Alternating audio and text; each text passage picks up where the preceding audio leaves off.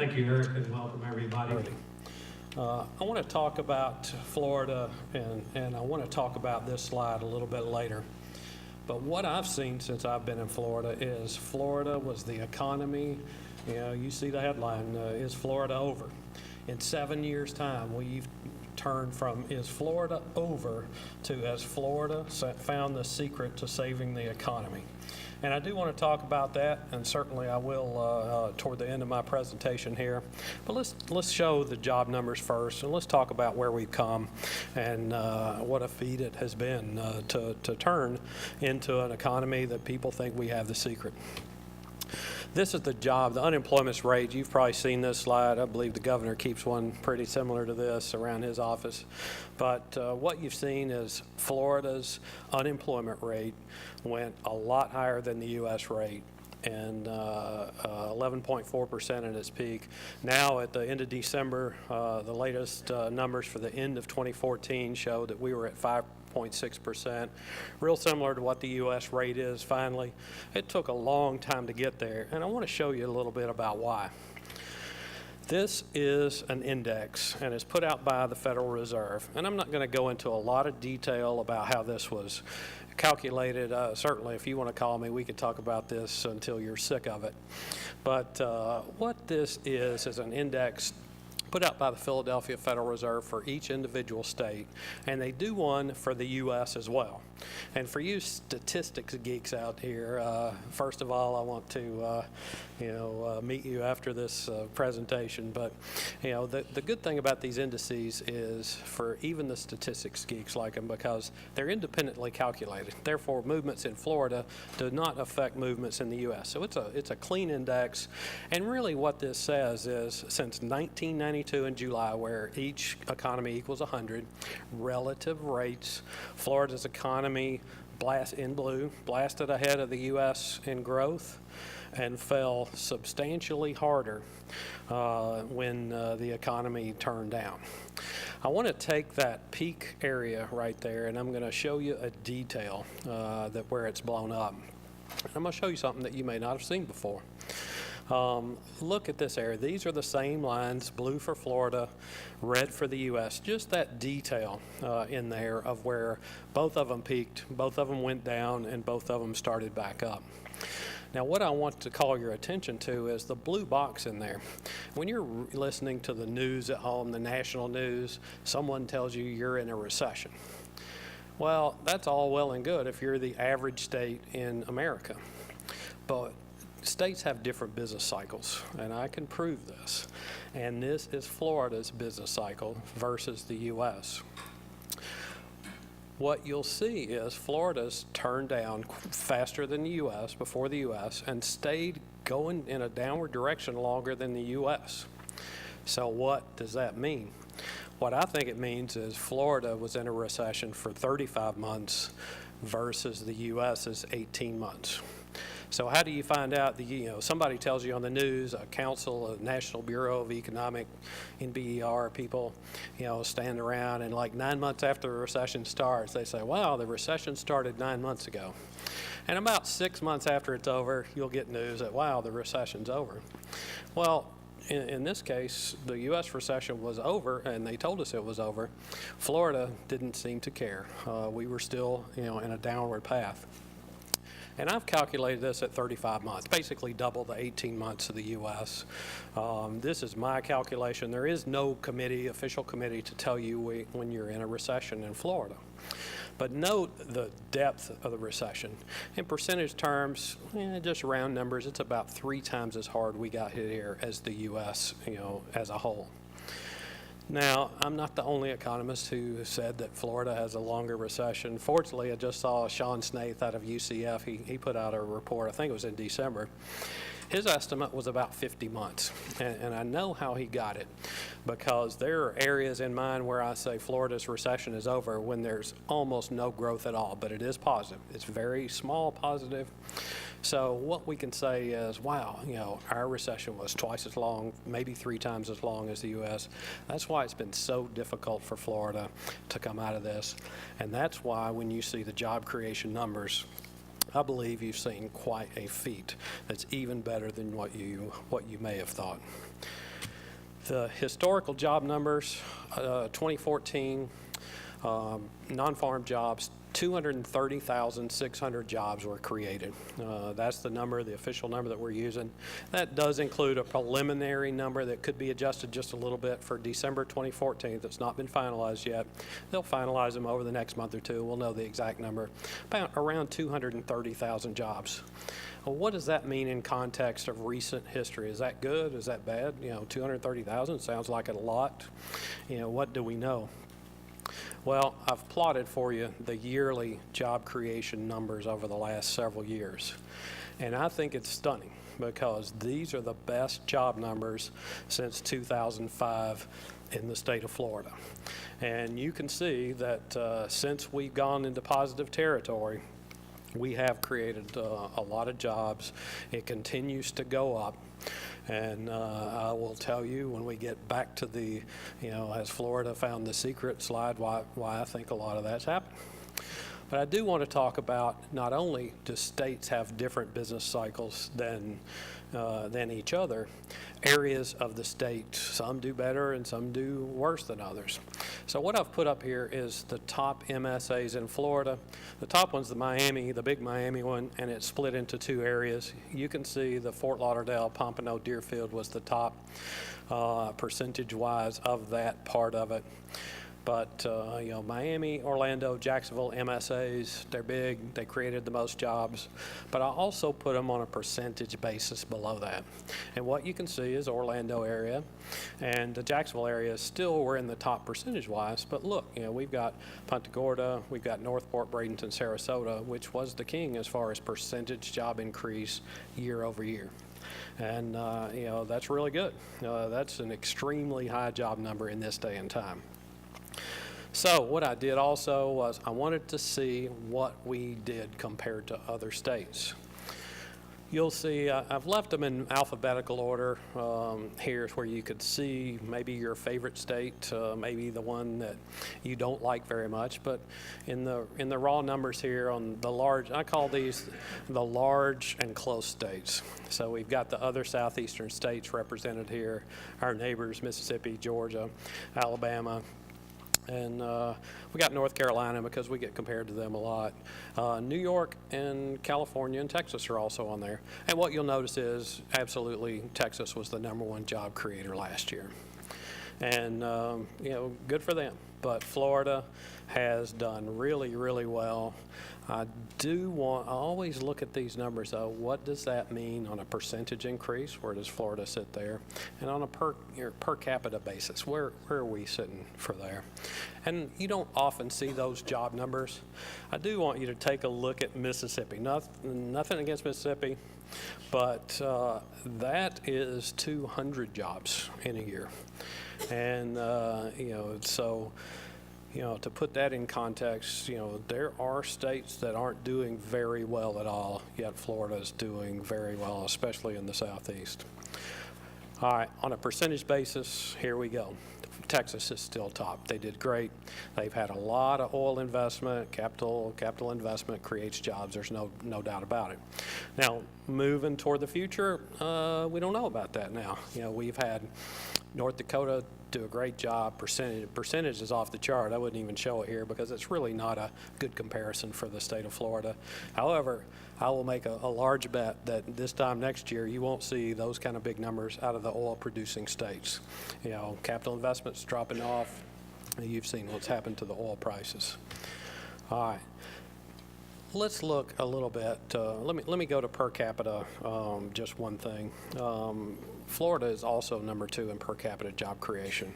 We're substantially higher than most places. When you put it on that we've got nearly 20 million people, our most comparative state is New York, with 38 million or so in California, 26 million or so in Texas. Florida's still doing well. Any way you slice this thing, Florida has done extremely well over the last year. Now, let's see what, I'm going to do a couple of predictions here. And one thing I look at is, what's the mood in the market? Let's take the temperature of the market. Unfortunately, I've got Marion and her crowd at the Florida Chamber Political Institute doing regular surveys. So we have information generated within our group, and here is what it is. I believe this was released this morning. I saw a press release. Right direction, wrong direction. This is a pretty simple thing. You know, do you think Florida's moving in the right direction? And now we're up to 46% right and 32% wrong, which you can see the numbers and that they have actually, crossed. Now more people think right than wrong. That's a pretty substantial improvement over not too far in the recent past. We've got that. We also have more info. This is another one of their questions. Compared to a year ago, is your financial situation better off or worse off, or no difference? And now we've got that's a pretty substantial increase in here from 28 to 36%. Think that they are better off than they were last year. I also look for other info, a little more detailed info. I looked at the University of Florida's Business and Economic Business Research.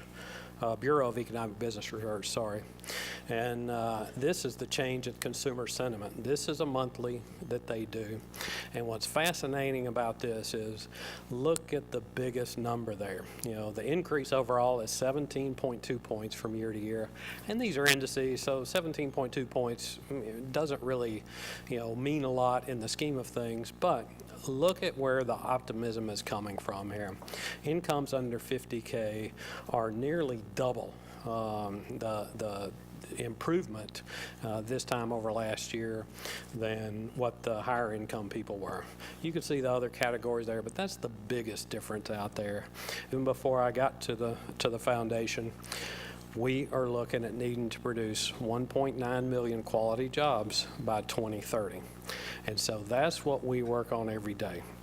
We look, we identify the gaps, we try to come up with solutions, working with our partners and working with our other groups in interior and exterior to help Florida identify what we need to do to produce this amount of jobs to keep this economy moving forward. Now, we're back to the original slide, and I promised you I would tell you why I think that this change has happened. And I was an outsider, not looking. I was just a private sector guy out looking at what's going on in the state of Florida. And there's three main things that I noticed. And having a business background, one of the most important things is when you're looking to relocate is what's the stability situation. We have to have some signals from the legislature that they're not going to do anything crazy. That's one of the most important things. And what we've seen is responsible investment, a lot of times, tying in with, let's say for Visit Florida, with $2 in private money with every dollar of public money, that's been a really good program for the state. So what I saw is, we've got reasonable power prices, we've got, stable business environment, and it looks like the legislature has started to understand that is one of the most important things we can do. But what are the three things they did? Here's the way I tell it, and we can discuss or argue this, but I really think it keyed on 3 points. Our leaders saw our tourism infrastructure that we already had. Creating jobs by increasing marketing in tourism, we put a lot of people to work. I've done a lot of research on that, and that has been one of the key parts of starting to put Floridians to work now. At the same time, we have expanded Florida companies and recruited new ones to the state, and both of those are important for diversifying the economy, creating the high-wage jobs we need. The other thing is Florida has developed its entrepreneurial and innovation economy. And that's one story that hasn't got out yet. But, I've heard even Senator Ring say it, that Florida's got more going on in the innovation economy and developing it than any state in the entire United States. And I believe him. So those three things have been really the key, along with the predictability and stability and signals from the legislature and the governor that we're going to invest with you in this state. So what is the article about? Has Florida found the secret to saving the economy? What they talk about is that exact thing. Private capital comes into the state because we are proving to be a reliable partner, and that we're not, going to do anything. We're going to keep the uncertainty down for businesses coming to Florida, so they're bringing their capital. All right, now let's talk about the future. Do a little forecasting here. These are already out in press in various forms. My prediction for the Florida economy next year is we're going to add 250,000 private jobs. And I believe that we are on a roll. Certainly, there's weakened demand in the rest of the country, and the dollar strong, and all these things that economists like me go crazy over and think, oh my God, this cannot help us. And certainly, there's some headwinds out there. It's not going to be easy. I expect the first quarter of 2015 to be a pretty low quarter GDP, and that may dampen some confidence. But I believe by the time we hit the end of the year, we're going to see that number. I've also predicted 280,000 net new Floridians. We love them when they come out of the state because they can buy a foreclosed home or another home. They can start becoming taxpayers in the state of Florida instead of some other state. And so that is good for the economy as well. Certainly we'll have in that mix entrepreneurs and good solid people that can manage businesses and run businesses and contribute to their local economies, and so that's going to be a good thing. Another thing, I did this forecast last year, and I left it as it is. Quite proud of this one. Economists will never show you the ones where they're horribly wrong. I predicted last year that we would hit 97.2 million visitors in the state of Florida. Well, the number just happened to be 97.3 million, so I left that in there.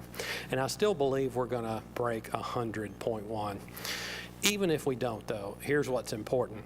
Because of the marketing efforts to the higher-end consumers, who are typically overseas visitors, they stay longer, they spend more, they actually put more people to work than just the average tourist that comes to Florida. So I believe they've really targeted the higher-end spenders. It's created more jobs than I even expected when I did my forecast for jobs as well. So those you can, I'm sure these slides I'll get to see this time next year to see if I'm right or wrong. But I do want to talk about one more thing, and that's what you're about to see this afternoon. A couple of super important things that are coming this year in the legislature. There's going to be a lot of talk about, and we've got great sets of panelists for both topics. First of all is water. You would have had to be living under a rock to not be hearing about Amendment 1, water, planning for Florida's water future. At the Chamber Foundation, we are saying we need 28% more water by 2030. That is a lot of water, and that's nearly a couple of billion gallons a day. So that is going to be a super important thing. We've got our great panel here that will come up after this to talk about that, and then we're going to talk about in the last panel of the day, telling Florida's business story. We got an esteemed, I should say doubly esteemed, because both Tony and Mark are on the agenda for that. But we've got some great people who really understand the good things that are going on in Florida and the story that needs to be told, because not everybody realizes how well things are going for us down here and how much potential is in this state. Thank you all very much. I appreciate your attention, and thank you, Eric. Thanks a lot. Sorry to give you the hook, but we're running That's behind, okay. so I'll get going. But why don't you join me again in giving Jerry a round of applause for his work on this.